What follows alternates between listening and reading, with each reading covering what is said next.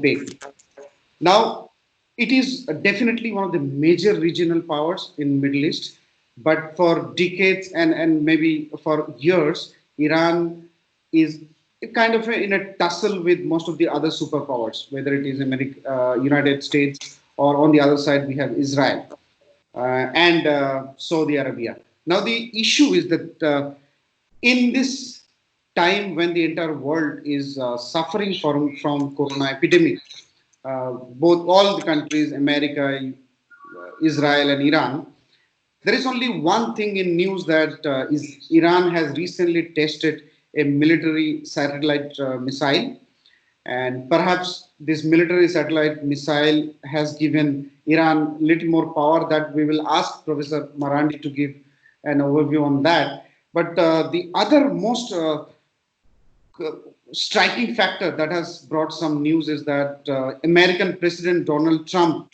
has recently called on the United States US Navy commanders to shoot down Iranian gunboats that harass US warships.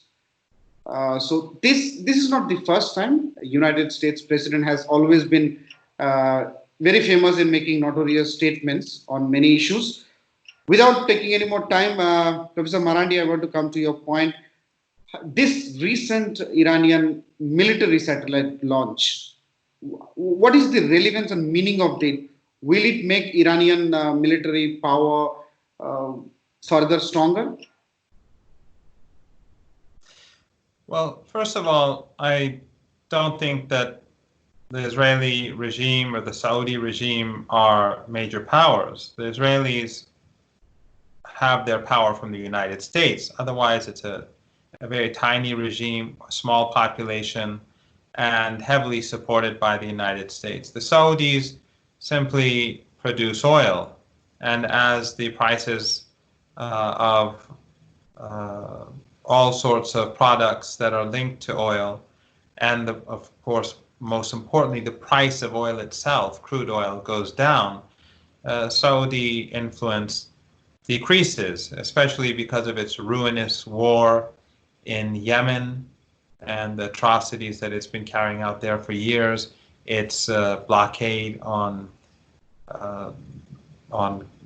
countries against countries that used to be allied to it, like Qatar, and its ongoing war with the Turkish Qatari faction, let's say, or bloc in Libya. All of these are draining resources, both from Saudi Arabia and allied regimes like the Emirates. So Iran doesn't consider any of these countries or any country in the region to be a threat to its security. The threat to Iran's security comes from the United States and the United States only. So ever since the United States invaded Iraq, illegally it must be said, and the international community opposed this, the Iranians opposed this. The Iranians said at that time that there were no chemical weapons in Iraq. But ever since that invasion, the Iranians began to prepare themselves for a possible military strike or intervention from the United States. And since the Iranians have always been under sanctions, they decided to both strengthen their own military industry and their own research centers to create an indigenous military industry, something that had begun before the invasion, but was the invasion of Iraq, but afterwards was developed more swiftly. And also, the Iranians, with their limited resources, developed a different sort of strategy in confronting a potential strike or any potential aggression from the United States, and that is asymmetrical warfare. So now we see that one of those elements that the Iranians have been developing is satellite technology and missile technology, which sometimes work hand in hand, as we saw recently, where the Iranians sent a military satellite into orbit. This is a very cost-effective means to protect the country, and it is a very powerful means. In addition, I should add that the Iranians have developed a very robust drone program, and it is believed that Iran's drone technology is perhaps the third most developed in the world. So this is what basically keeps the US at bay. And the Iranians do not believe that international law protects it, or that dialogue with the United States protects the country. It believes that the only means to protect the country is through strong defenses and, of course, a robust political interaction with the international community, besides, of course, the United States and its allies. So the news that we have received that Iran's military has now a new drone with nearly 1,000-mile range. I think that is enough to reach to US and many other parts of the world. So now this new missile, military missile, and this drone, I think it adds a lot of strength to the Iranian military. Now, coming to the point that United States has struck down one of Iran's military, like Qasem Soleimani, who is such a military man for the country, defending the country for long. Now again, it is threatening your gunboats and that there. All these things. Now, do you think that this is escalating the tension? And coming from giving a comparison to Obama's administration and Trump's administration, Trump has been very notorious and very straightforward in terms of spreading the animosity with Iran. Now, do you think this is going to go down anywhere down the line? Well, Trump and Obama weren't very different from each other. Obama and coming from giving a comparison to Obama's administration and Trump's in order to make ordinary Iranians Trump suffer. has been very notorious and very straightforward in terms of spreading the animosity on Iran, whether under with Obama Iran. or Trump, is Now, targeting do you and think is intended this is to going to target go down ordinary anywhere Iranians. down the line? The objective is to kill ordinary Iranians. Well, Trump and The Obama objective is to prevent Iran weren't from very importing different from each tension other. Obama and coming from giving a comparison to preventing Trump's Iran from Obama. having out trade, impoverishing the Iranian people. That's the objective, and it's a crime against humanity that both Obama and Trump pursued. Obama, after he saw that the sanctions regime was failing, he decided to accept Iran's right to enrichment, and after that the negotiations began, and we all know the result, the nuclear deal which was signed between Iran and the P5+1. Trump reinstalled those sanctions. He tore this international agreement, imposed these sanctions again, but with even greater rigor. In other words, he is even more determined to kill women and children and to make life miserable for ordinary people. And he has killed people, just like Obama did. Trump has done so as well. And especially after the outbreak of the coronavirus, the United States prevented Iran as much as it could from importing masks, face masks. It prevented Iran from importing test kits, ventilators, and other supplies and equipment needed in hospitals and other health centers to fight the coronavirus. So the Americans were using the coronavirus as a biological weapon. They had turned it into a biological weapon through the sanctions. That is how inhumane the regime in Washington actually is.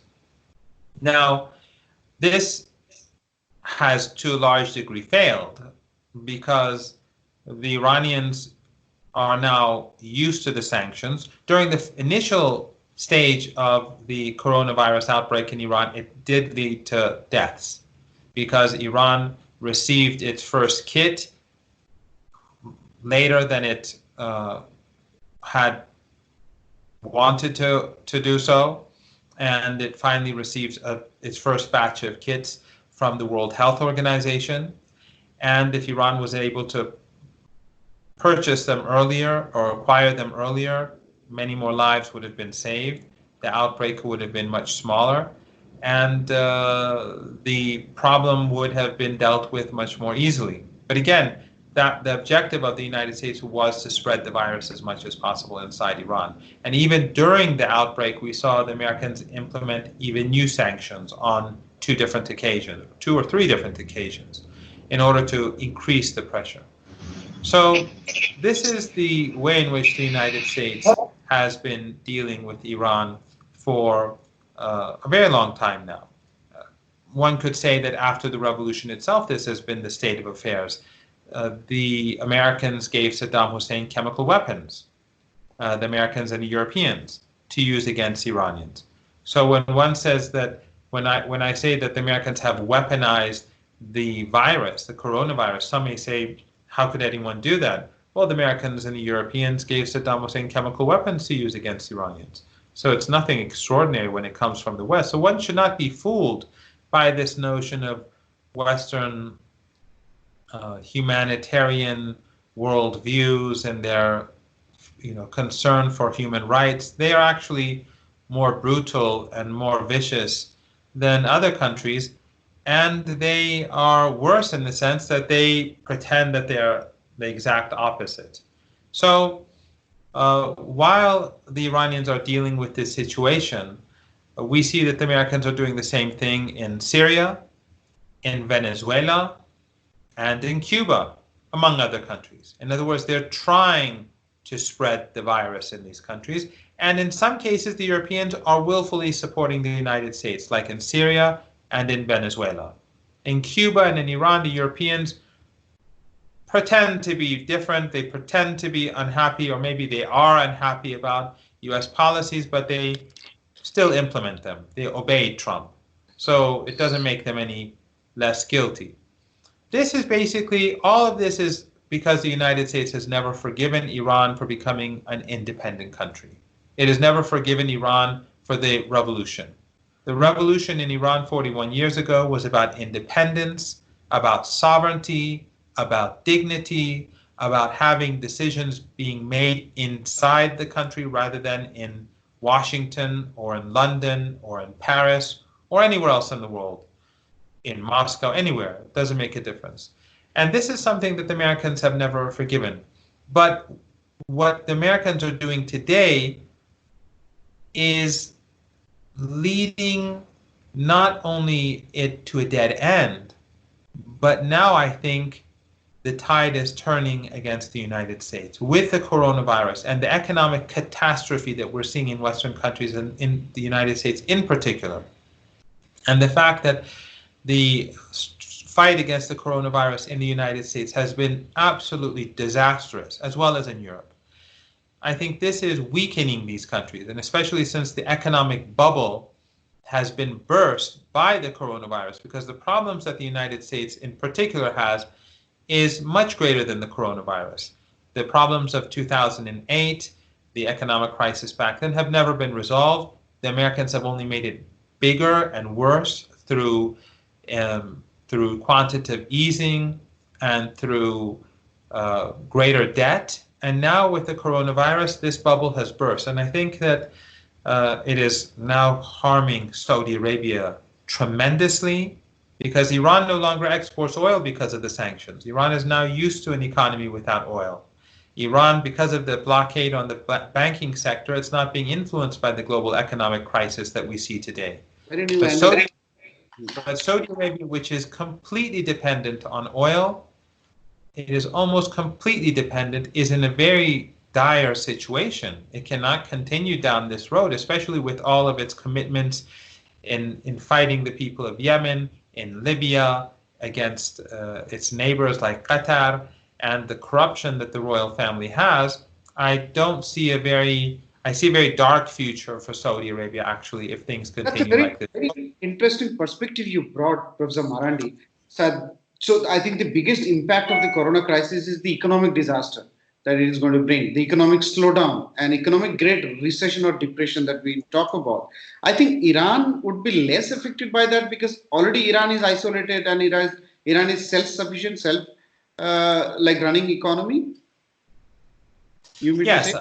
actually, ironically, what Trump has done is that he's inadvertently prepared Iran for this global economic crisis. Because over the last 2 years, Iran's oil exports, because of US bullying of other countries, has declined and reached zero, virtually zero. On the other hand, the Iranians have been forced to begin investing in its own production for its own needs. It's not a part of the global economic Yes. system Yes.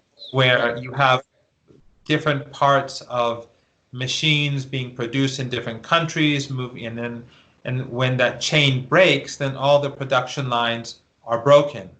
Iran, because of the sanctions, has to be self-sufficient, so much of its needs are produced inside the country. The whole chain is inside the country. So because of the sanctions, Iran is not dependent on tourism because not many tourists would come to the country. Because of the sanctions, Iran doesn't have a highly effective or a very important airline industry because of the sanctions again. And and as I said, the lack of oil exports has forced Iran to move away from oil dependency. So right now, when the whole world is in crisis, the Iranian stock market, as we speak, has been on the rise for the past few weeks. And business in Iran is ordinary, except for the problems which are directly linked to the coronavirus, which has had an effect. The shutdowns of shops and things like that we've seen everywhere else in the world, we've had that in Iran as well. But the economic crisis that is not directly linked to the coronavirus is not affecting Iran. Only the economic problems that are directly linked to the virus itself have an impact. And that is putting Iran well ahead of its adversaries. Actually, looking at the picture from the from India or South Asia's point of view, what is the main reason for this conflict, and what are the long-term solutions? Because someday this conflict has to stop. We saw what happened in Iraq. Millions of people have fled that country. Millions have died, and such a beautiful country is totally devastated. We saw Syria, such a beautiful country, such a progressive country, is totally devastated. We know that international bodies are completely ineffective in bringing solutions to this problem. There are certain superpowers and their egos which is dominating this entire world, and they are defining, they are trying to redefine, they are trying to change the course. Is it Israel the source of this in the conflict in Middle East, or is it United States? If it is United States, what is the exact solution do they want, and how do we reach to a long term solution? The other perspective is, if the Muslim countries unite, that itself can bring a huge amount of solution to the Middle East core of conflict. Why are the, whether it is Organization of Islamic Conference and all, why can't Muslim countries unite, and why can't there be a mediation path to solve this problem? Well, I think it's not simply an issue of Muslim countries. I think it goes beyond that. The United States wants to continue to be the predominant power. Any country that makes major achievements will be antagonized by the United States. Tomorrow, if India begins to get its act together, it will be treated just as China is treated today. And in fact, the Americans want to divide these different countries, India, China, Iran, Russia, from apart from one another in order to decrease the speed in which they develop and to keep the United States ahead. So Iran's treatment of our region is no different. But in our region, because of the existence of the Israeli regime and because the ideological link between Israel and the United States, Zionist Christians, as well as the traditional relationship that the Israelis and the Americans had during the Cold War, and a host of other issues that I think your audience knows more than enough about these issues. Because of Israel, the United States has been particularly vicious in this part of the world. But that doesn't mean that they haven't been vicious in Venezuela. Venezuela is a Christian country. That doesn't mean that they haven't been vicious to Cuba, a small island near the United States that poses no threat whatsoever to the country. Their viciousness has been evident across the globe. But in our part of the world, in fact, your ambassador to Syria in 2011 and 12 also pointed out that the terrorists, the extremists, they were being funded from the outside. The United States undermined Syria for Israel. And the Israelis were also supporting ISIS and Al-Qaeda alongside their border on the Golan Heights, which is occupied Syrian territory. Parts of the border between the Israeli regime in Syria towards Lebanon was occupied by Al-Qaeda, and I think towards Jordan was occupied by ISIS. It could be vice versa. Both of these groups and their allies were tolerated by the Israeli regime. So the Israelis and the Saudis, they use extremism to undermine the adversaries. And ironically, the Israeli regime goes to countries like China and India and calls them itself an expert on dealing with terrorism and extremism, where in fact the Israelis are a fundamental force behind the extremism and the terrorism that we've seen in this region. So the objective was to undermine Syria. The destruction of Iraq, which up to one point was an ally of the West. The West gave Saddam Hussein chemical weapons, and then it became an enemy of the United States, and they illegally occupied and destroyed the country. Or what the Saudis and the Americans are doing in Yemen. As we speak, they continue to starve the people. They've imposed a blockade on the sea. Or what they've done in Libya, destroying a very rich country, the richest country in Africa, the most developed country in Africa, has been utterly destroyed. So the Iranians have seen all of these things, and it does not want a repeat in Iran. The Iranians do not want to see an Afghanistan here, or an Iraq, or a Syria, or a Yemen, or a Libya, or any other, or a Vietnam. It wants to be able to protect itself in a way and to a degree in which the United States will not even think about attacking the country. So when the Americans foolishly murdered the Iranian commander, General Soleimani, along with Abu Mahdi al-Mohandes, the Iraqi commander, the two men who led the fight against ISIS, the two people more responsible for the defeat of ISIS than any other people on this planet. When the Americans murdered them and their companions, the Iranians felt that as their initial response, they have to destroy an American military base to show them their strength. So the Iranians fired a number of missiles towards the Ain al-Assad base. The American air defense could not stop or deflect a single missile. All of the missiles were older generation Iranian missiles, but they were precision missiles, and they struck their targets exactly. And the Iranians showed the Americans that they cannot protect themselves. And also the Iranians sent a message to Saudi Arabia, the Emirates, and others that this is what we've done to an American base. And by aiding the Americans and giving them bases in your country, you have no protection against us. If there is war, you will be destroyed. Because the Americans cannot defend themselves against our missiles, and they most certainly cannot protect you. And of course, we know that the Emirates, the Saudis, are completely vulnerable. They cannot even win a war against the poorest people in the world, the people of Yemen. They've been defeated there, and all of their assets are alongside the Persian Gulf. So the Iranians have developed, and I believe that the Iranians are not yet finished with the United States.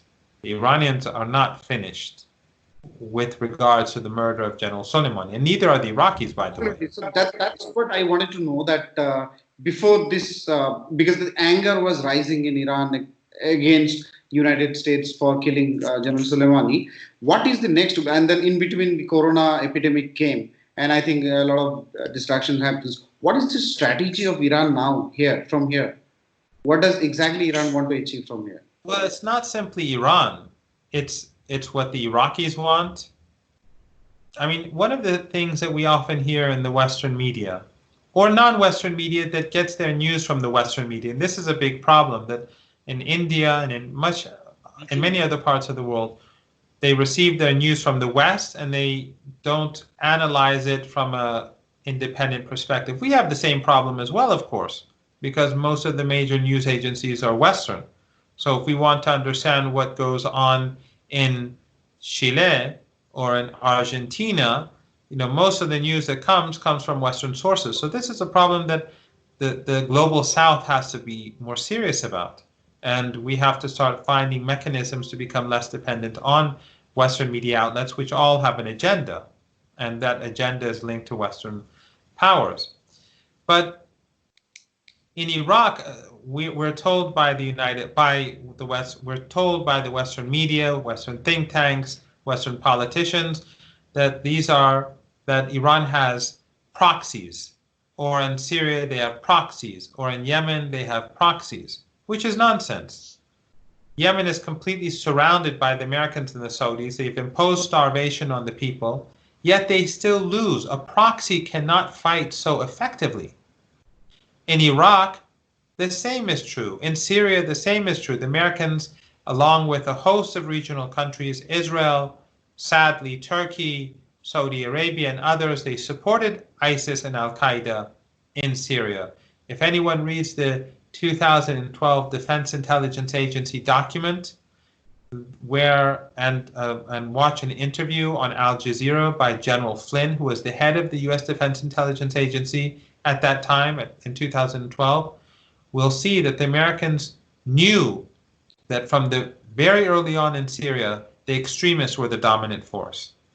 And they knew that their regional allies, shall we call them, were supporting the extremists, and that their objective was to create a Salafist entity between Syria and Iraq. And then, according to the General Flynn, who headed that agency, the United States took a willful decision to support their allies in doing this, in creating this extremist entity. What was the name of that entity that created the state between Syria and Iraq? It was ISIS. So when the Iranians see this behavior, it's not just the Iranians. The Iraqis see this behavior. The Syrian people see this behavior. The Yemeni people see this sort of behavior. They are not proxies. They are allies. They have a common goal, and that is to defeat the occupation, Western hegemony, and extremism. But they have agency. So the people of Iraq, the parliament has voted to expel U.S. forces. The Americans have refused to leave. The prime minister has demanded the Americans leave. The Americans refused to leave. And millions of people in Iraq went to the streets to protest, in Baghdad in particular, the U.S. occupation, and the U.S. occupation continues to remain in place. What does that say about the future? I think the future will be very difficult for the Americans. Ultimately, the objective of the Iranians, the Iraqis, and others in this region, except for U.S. dictatorships like Saudi Arabia and the Emirates, and among others, everyone else wants the U.S. occupation to end. And I think that ultimately the Iranians and their allies in the region will force the United States to leave Iraq and to leave Syria. And I think because of the catastrophe that we're seeing in the United States today, and both economic and because of their catastrophic dealings with the coronavirus, I think that the United States is in a much more difficult situation, and especially since its regional allies are now much weaker today. Saudi Arabia is not making money, and you will see gradually that many of the Indians who are working in Saudi Arabia are going to feel the pinch. That's an understatement, of course, but it's going to get tough. Thank you. Excellent. So the final question: the Ramadan, the peaceful month of Ramadan is here, and Iran is already fighting a big war with Corona, and then there is a big war with United States ahead. How is the country preparing for Ramadan and during this epidemic? So there has been news that the congregation prayers should not be there. So how is the country? Because if all this social distance means being violated, the epidemic can even go wider and more dangerous. How is Iran celebrating, will celebrate Ramadan? What are the government views on this? Well, from the very beginning, despite the fact that the Iranians were fighting the virus with one hand tied behind their back because of the sanctions, the Iranians we've seen have done much better than Western countries. So today we see the numbers have dropped significantly, and gradually, while maintaining a policy of social distancing, most shops are now open, and it's business as usual. Of course, schools are still closed, universities are closed. Of course, our classes are online. All my classes are online. I sit right where I am now and teach my PhD students and my BA students. I don't have an MA class this semester, but most of society is normal. Of course, major gatherings are still banned, funerals, going to cinemas, mosques, these continue to be closed. But as the government has been successful with the help of Iran has a world-class primary healthcare network that it developed in the 1980s and the 1990s, and a large network of public hospitals. And that has these, along with the armed forces, and a great deal of public participation. Mosques and schools have all been mobilized, where hundreds of thousands of volunteers were involved in all this to produce masks, especially during the first few weeks when Iran was being prevented from importing them. So because of this social mobilization and because of the strong public healthcare network that exists in Iran, it has been contained. The numbers are going down, but and during Ramadan, of course, this general opening will continue, because of course one of the problems that Iran has is that because of the sanctions, the government has less money to give to people to keep them at home. And because of the sanctions, people have a more difficult economic situation and they cannot stay home for long. So the crimes that the Americans are committing against Iranians work at multiple levels. So the Iranian government has to slowly open up, but it is because the numbers are down significantly. There has been a lot of progress, and so cautiously they're opening things up.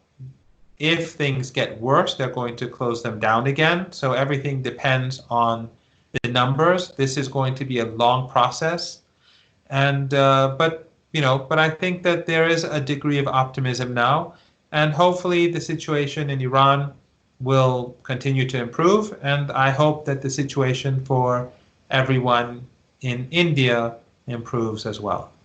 Thank you. One big, I think, question that Donald Trump is saying that Iran is hiding the numbers. Even today, there was news that the actual numbers are far, far more in Iran and China than what we see today in United States. Well, in Iran, all of the numbers are declared on a daily basis, and the names of the deceased are there for everyone to see. If they have any evidence, they can give the names, the hospitals, the provinces in which people have died and they have not been declared. This is American propaganda. They have failed in this fight against the virus, and they have failed at so many different levels. And just yesterday, we saw Trump foolishly talking about his new methods, medical treatments for dealing with the coronavirus that are deadly. This is the state of affairs in the United States. So we don't take anything that the Americans say seriously. The numbers in Iran are clear for everyone to see. The hospitals, the provinces, everything is there. So unless they have numbers and evidence, then they should just mind their own business and get their act together. But of course, that's not what the Americans do. So we have no expectations. That was Professor Syed Mohammad Marandi from the Tehran University, and also political analyst, talking about or giving us a brief about the situation in Iran. Thank you so much. Keep watching the Policy Times. Thank you so much, Professor, for having me. So.